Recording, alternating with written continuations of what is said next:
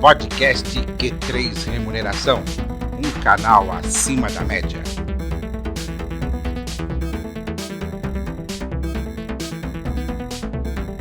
Olá, você profissional de gestão de pessoas e especialmente de remuneração. Depois de uma temporada de cobertura dos principais eventos de RH, o podcast Q3 Remuneração, um canal acima da média, está de volta com as tradicionais entrevistas. Lembrando que o podcast Q3 Remuneração é um oferecimento da RH Plus, referência em remuneração, uma consultoria que não fecha negócios, abre relacionamentos. Eu sou Vanderlei Abreu, jornalista especializado em recursos humanos, e comigo está Matheus Oliveira, idealizador do Q3 Remuneração e sócio-diretor da RH Plus, que vai dar alguns recados antes de iniciarmos o nosso programa. Olá, Matheus. Olá, Vanderlei. Depois de um longo período, estamos aqui de volta, né? Cumprindo aí os nossos projetos pelo Brasil, inclusive pela América. Aí fechamos 2 grandes projetos na Argentina. Aí, depois de um ano, aí, estamos em fase de finalização. É uma experiência bastante interessante.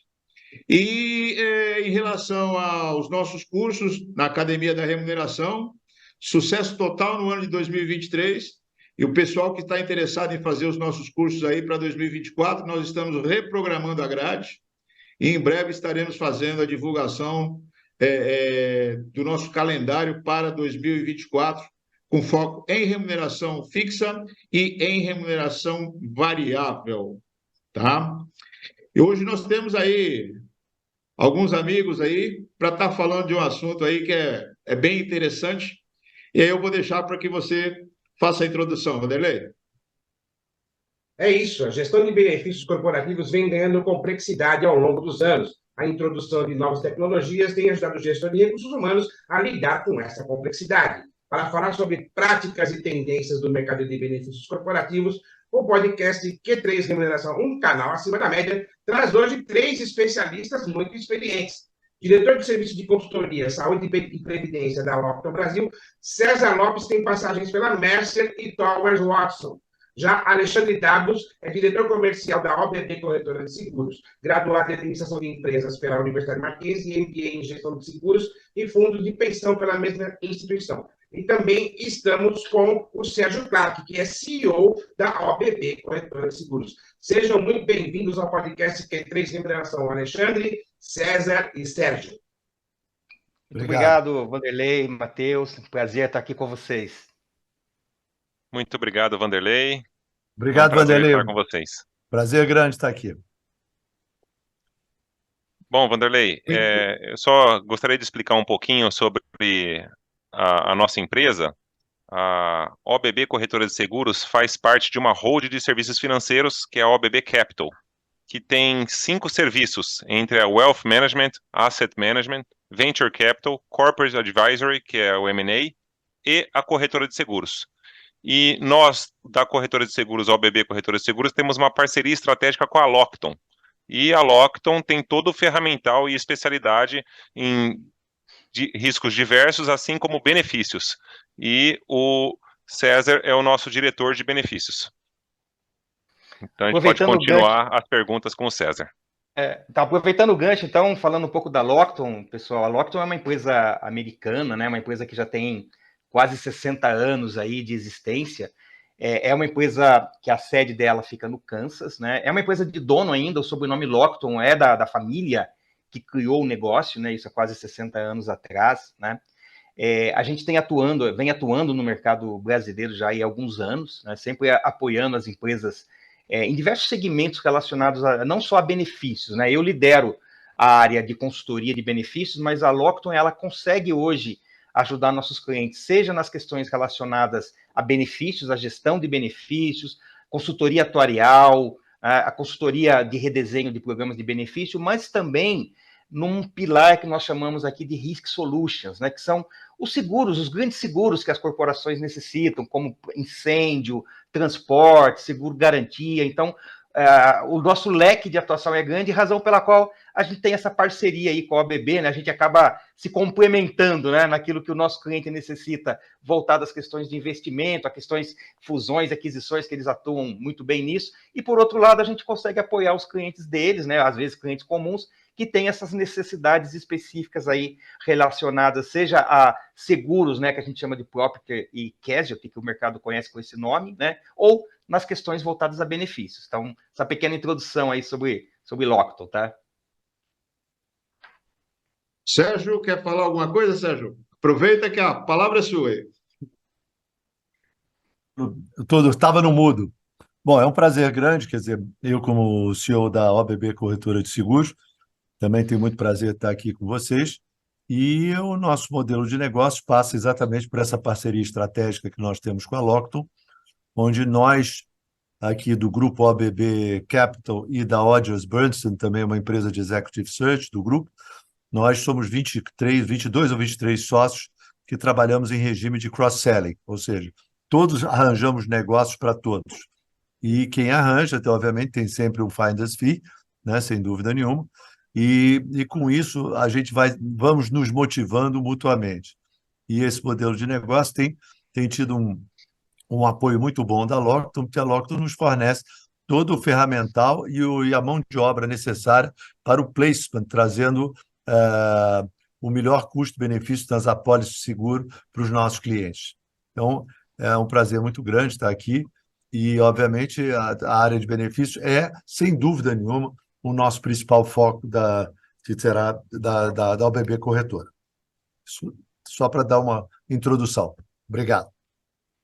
Maravilha. César, hoje se fala muito em benefícios corporativos e a gente sabe que o impacto do benefício na remuneração total é muito importante, né?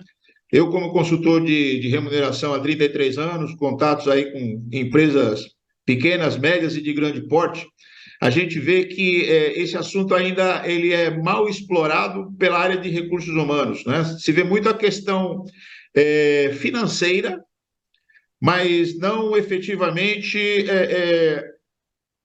o benefício em si para o colaborador, né? O colaborador sabe que a empresa tem, né? E às vezes até muda de emprego por causa de ter ou não o benefício, né? Isso é muito interessante, mas ainda é um assunto mal explorado dentro das organizações, né?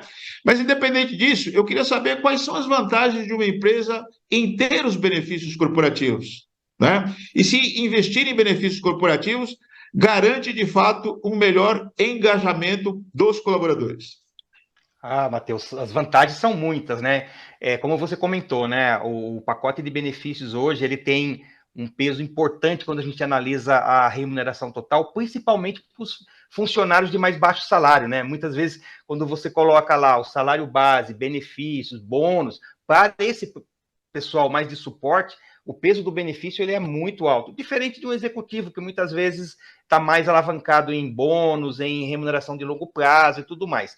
Mas assim, além das questões que todo o mercado comenta, né, que é realmente atração, retenção, hoje dificilmente você vai atrair um profissional, né, um talento, se você não tem um bom programa de benefício.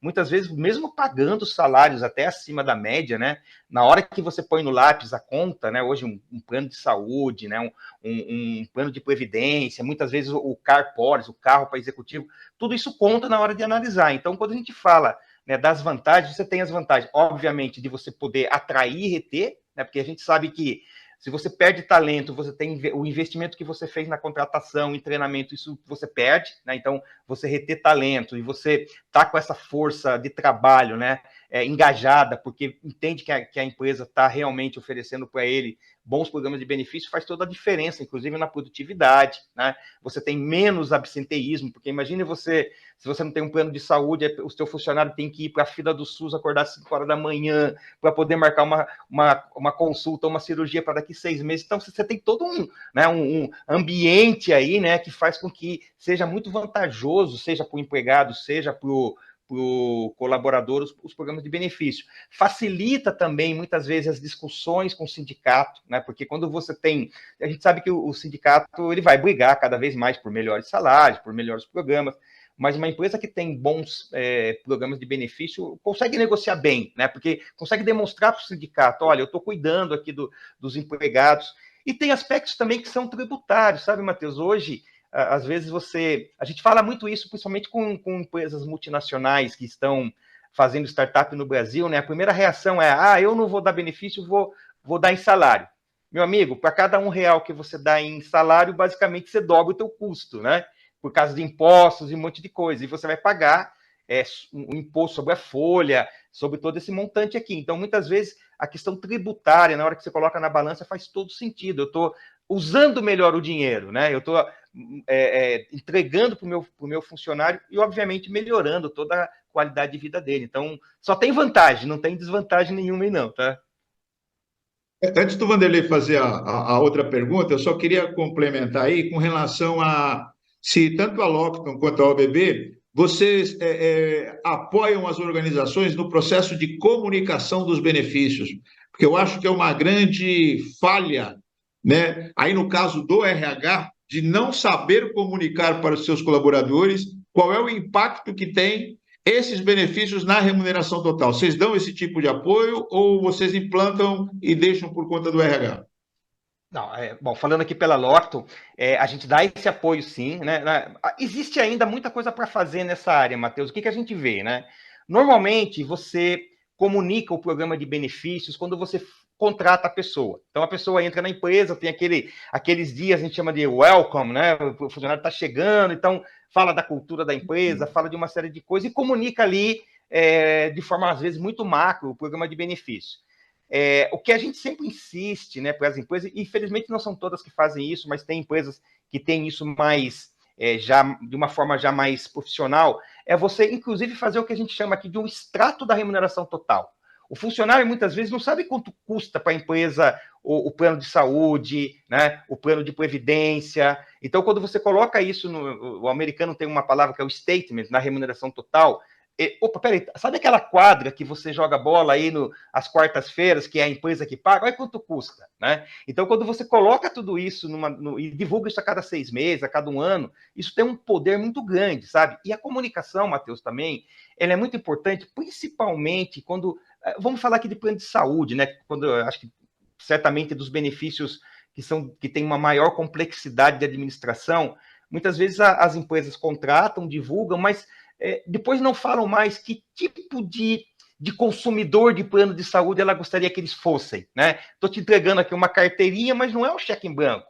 A forma como você usa vai trazer consequências, seja para mim, seja para você, se você participa do custeio desse benefício. Então, comunicação é chave, a gente apoia, temos sim uma área aqui na Lockton, né, de especialistas de comunicação de benefícios. Então, muitas vezes a gente faz vídeos, né? A gente faz vídeos sob demanda, a gente tem aqui nossa área médica que sempre publica materiais de conteúdo médico, a gente tem uma parceria muito grande com a C Camargo, né, que é um parceiro da Lockton, e ele também divulga os materiais que ele produz lá sobre câncer, eles nos autorizam a divulgar para os nossos clientes. Então tem muita coisa que a gente faz de comunicação, fora, por exemplo, quando uma empresa faz um grande redesenho e precisa comunicar as mudanças, a gente faz as comunicações em fábrica. Eu já fui para turnos de fábrica, entra uma turma, a gente faz a divulgação, né? Prepara materiais. Então, isso é uma área aqui nossa, né? E a gente tem muita expertise em relação a isso, tá? Bom, eu queria também falar uma coisa, o Matheus e Vanderlei, que eu trabalho em seguros, sou corretor de seguros há 53 anos, tá? E, obviamente, trabalhei, tive muitos clientes na área de benefícios e implantei dezenas de empresas nessa área. Com relação a uma comunicação, é super importante, Matheus, você manter uma comunicação, um canal aberto, né, com o seu funcionário, e não são todos os RHs que assim atuam, mas nós sempre procuramos divulgar de uma forma transparente e sempre buscando a motivação funcional do empregado em relação à sua empresa. E aqui na Rogers Branson também, que sou responsável pela área de Executive Search, né, pela área de seguros e resseguros, quando nós procuramos um executivo para alguma empresa que nós tenham nos contratado, nós, obviamente, que nós focamos muito no pacote de benefícios, né? Como a turma chama aqui, não só os salários, mas também todos os benefícios, os bônus e tudo mais. Então, respondendo a sua pergunta, eu concordo com o César 100%, é fundamental manter esse canal de comunicação sempre aberto. Muito bom. O César ele acabou me trazendo uma lembrança aí de quando eu tive a oportunidade de fazer uma entrevista com ele quase 10 anos atrás, e nessa entrevista nós justamente abordamos essa questão da comunicação de benefícios, né?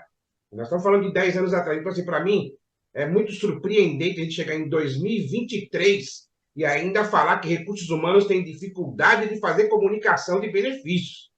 Vocês concordam Pior é que comigo? tem. Concordo sim.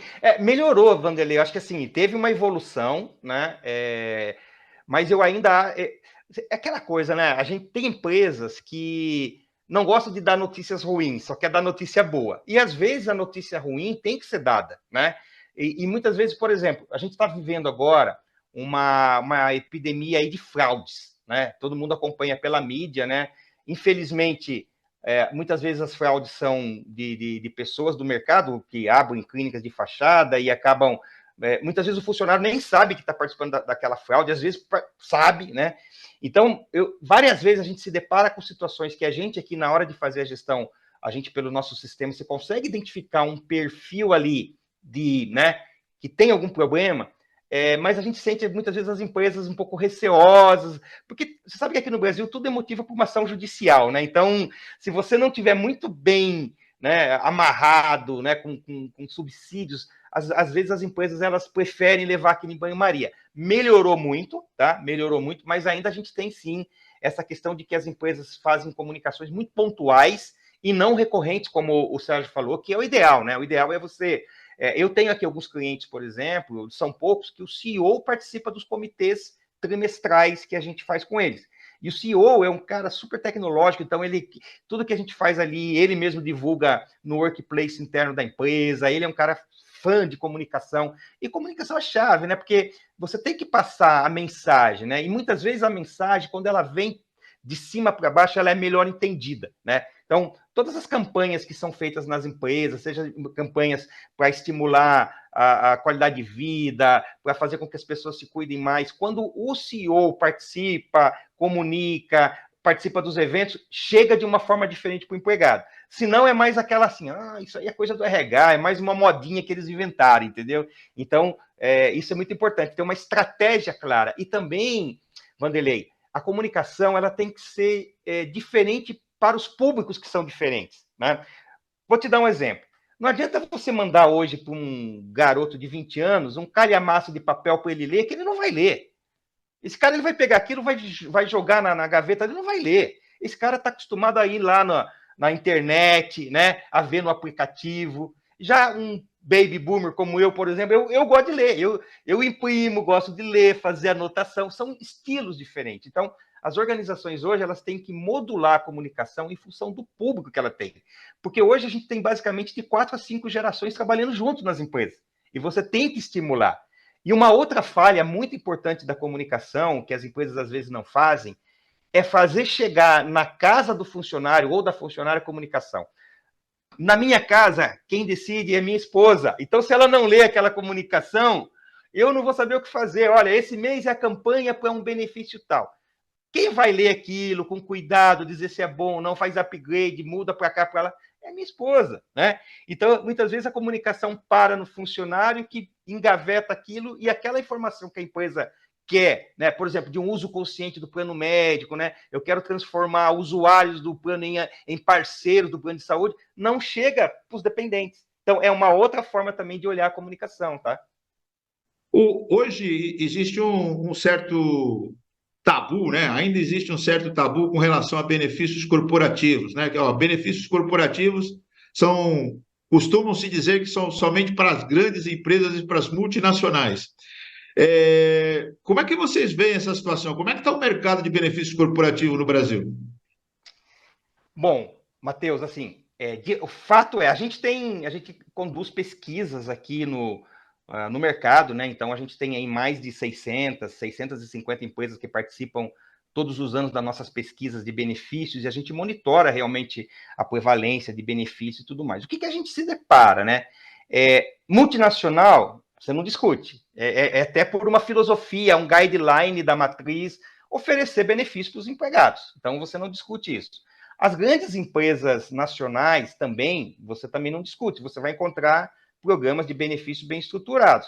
Agora, você pode se deparar ainda com empresas, né, muitas vezes empresas menores, né, empresas que estão que ainda não tem um faturamento expressivo, às vezes ela opta, talvez ela tenha um benefício, mas não tem um pacote tradicional, né? Então, assim, de fato, você tem empresas que não conseguem ofertar, empresas, por exemplo, que não têm lucro, né? Muitas vezes, porque uma das abordagens que você tem com benefícios é você poder usar o investimento que você faz em benefício como despesa operacional. Então, aí você acaba reduzindo a carga tributária. Agora, se a empresa não tem lucro, ela acaba muitas vezes não tendo espaço para esse item, né? Muitas vezes, mesmo a empresa que não tem lucro, ela pensa um pouquinho fora. Não, eu quero realmente que meus empregados tenham pelo menos um plano médico, tá? Então, de forma bem objetiva, você vai encontrar pacotes muito estruturados em multinacionais de todos os segmentos, nas grandes empresas nacionais e empresas de ponta, né? Empresas menores, né? A gente chama aqui das pequenas e médias empresas, muitas vezes você encontra lá um plano de saúde, um seguro de vida. Talvez você não encontre um programa tão abrangente de benefícios como você encontra nas grandes, tá? Isso acontece. Legal. Existe alguma fórmula de cálculo ou cálculo que correlacione os valores dos benefícios com a folha de pagamento?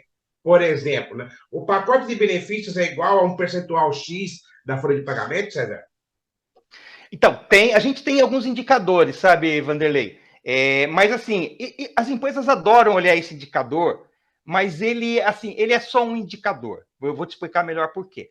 Porque quando eu falo de folha e falo de custo, se você tem, por exemplo, uma empresa que paga salários super alavancados e tem custos normais de benefício, o percentual vai ficar relativamente baixo, né? Porque você está falando, imagine que uma folha normal, um exemplo, seria 1 milhão. Só que essa empresa está gastando 1,5 milhão porque paga salário no terceiro quartil, mas o custo do benefício dela está dentro de uma normalidade, percentualmente ela vai ter um peso menor. O contrário também é verdadeiro. Muitas vezes você tem uma empresa que está com salários mais achatados e tem um custo de benefício normal, percentualmente ela vai ficar mais alavancada. Mas, de forma geral, a gente diz o seguinte, as empresas gostam muito de olhar o custo do plano de saúde, tá? Hoje, né, de acordo com os nossos acompanhamentos aqui, o peso do benefício saúde, que é o segundo maior custo depois da folha de pagamento das empresas, é o plano de saúde, tá? Você pode até falar, mas em algumas empresas o vale alimentação, mas são coisas diferentes, tá? Então, o benefício que ele é por liberalidade, né? Tirando alguns segmentos que o sindicato conseguiu colocar lá no acordo coletivo, a obrigatoriedade de oferecer um plano de saúde, mas não é muito comum. Via de regra, o benefício de assistência médica ele é uma liberalidade da empresa, tá? Então, quando você compara esse custo do plano médico com a folha sem encargos, isso representa entre 13% e 15% da folha, tá? Isso é um indicador que as empresas monitoram, tá? E isso é bem curioso essa sua pergunta, porque a gente vai falar, talvez, aqui durante o nosso bate-papo um pouco sobre inflação médica, né? A gente está tendo inflação médica bem alavancada. Se a gente, atuarialmente, se você faz uma projeção, né, de quanto que vai ficar esse peso do plano médico na folha daqui a 30 anos, se nada for feito, ele vai chegar a 40%. Imagine o plano de saúde, se continuar tendo essa evolução de crescimento de 15%, 20% ao ano, e a folha não cresce isso, a folha vai crescer o IPCA, mais 1% real, meritocracia. Então, se você pega algo que está crescendo 15% a 20% ao ano, e outro lado crescendo 5% ao ano, olha como é que esse descasamento vai ser ao longo do tempo. Então, lá em 2040, 45, esse benefício vai representar cerca de 40% da folha. Por isso que muitas empresas hoje fazem redesenhos, fazem downgrade de plano médico, porque tem que ir para um modelo mais barato, porque tem que, de uma certa forma, controlar esses custos, tá? Então, esses são os indicadores. Os outros benefícios, né, que são, assim, gerais, como seguro de vida, odontologia, isso não representa tanto percentualmente, tá? O que é o peso maior mesmo é o plano de saúde, e aí um bom indicador é esse entre 13% e 15% da folha. Vou só pegar um gancho no que você está falando, César. A última informação que eu tive sobre esses custos de benefícios em relação à folha data de 2011. E o valor era 13%. Né? E você está me falando que hoje, depois de tanto tempo, a variação é de 13% a 15%, ou seja, não é um crescimento significativo. Né? Mas olha o que aconteceu nesses anos, o que as empresas fizeram, né, para reduzir esse custo, né, para que ele não tenha tido sem dúvida. Esse é um outro efeito, né? Ou seja, você acabou de explicar agora. As empresas fizeram muito downgrade, né? Muito. Para poder manter um equilíbrio em relação a esse valor. A RH Plus, quando faz pesquisa salarial, a gente tem um cenário que é um cenário de benefícios que a gente chama de benefícios quantificáveis, onde a gente compara 5 benefícios que têm maior prevalência no mercado do meu cliente com aqueles clientes com as empresas que eles querem se comparar. A gente compara aí assistência médica, assistência odontológica, seguro de vida, vale-refeição e vale-alimentação. Porque isso praticamente todas as empresas dão, né? O nosso índice de prevalência aqui que a gente conhece no mercado é acima de 95% para esses 5 benefícios. Então, a gente consegue fazer uma comparação. Mas, como você bem disse, dependendo do tamanho da sua folha, o percentual ele pode ser maior ou menor, não é? Exato.